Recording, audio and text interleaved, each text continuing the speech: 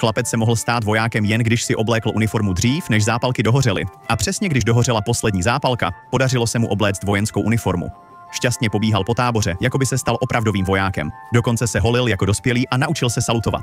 Když viděli tohoto chlapce s nevinnou tváří, všichni vojáci se usmáli. Ten den stál na stráži s plným nasazením, ale náhle tábor zasáhl letecký útok.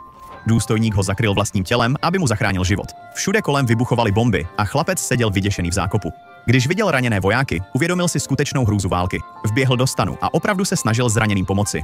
Pak se postavil doprostřed stanu a začal všem zpívat. Když slyšeli jeho nevinný hlas, vojákům vstoupily slzy do očí, ale nepřátelský útok začal znovu. Chlapec běhal zákopy a táhl bedny s náboji.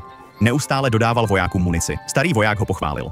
Chlapec zasalutoval a dorazil na velitelské stanoviště, kde zjistil, že komunikační linka byla přerušena. Když viděl velitelovi obavy, neváhal ani chvíli a vyběhl ze zákopu. Uprostřed těžké palby se potácel vpřed a opravil přetržený drát. Signál byl obnoven a díky tomu byl nepřítel zatlačen zpět.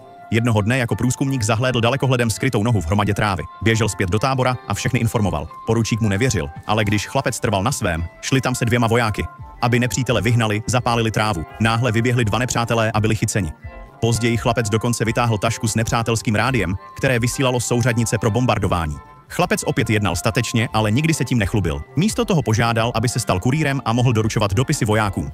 Všichni měli tohoto milého chlapce rádi a jeden voják mu dokonce zatančil. Druhý den, když přišel znovu doručit dopisy, ten voják už nežil. Chlapec si tiše sundal čepici a smutně odešel.